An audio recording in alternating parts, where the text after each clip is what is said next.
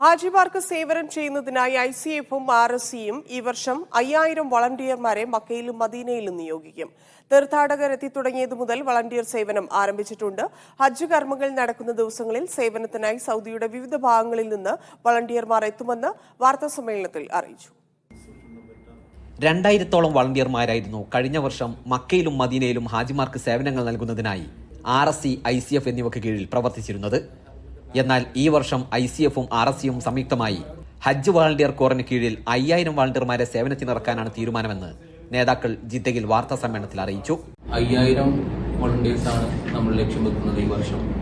നമുക്ക് 31 സെന്ററുകളിൽ, സൗദി അറേബ്യയിൽ 31 സെന്ററുകളിൽ വിവിധ കോർ കമ്മിറ്റികൾ നിലവിൽ വന്നു കഴിഞ്ഞു. അവിടെ നിന്നെല്ലാം വളണ്ടിയേഴ്സ് നമ്മുടെ ഈ അറഫയിലും മിനയിലും അയ്യാമത്ത് ശരീക്കിന്റെ ദിനങ്ങളിൽ സേവനം ചെയ്യാൻ നമ്മോടൊപ്പം ഉണ്ടാവും. ആദ്യ ഹജ്ജ് സംഘം സൗദിയിലെത്തിയത് മുതൽ തന്നെ ജിദ്ദ, മദീന വിമാനത്താവളങ്ങളിലും താമസ സ്ഥലങ്ങളിലും സേവനങ്ങളുമായി വളണ്ടിയർമാർ പ്രവർത്തിച്ചു വരുന്നുണ്ട്.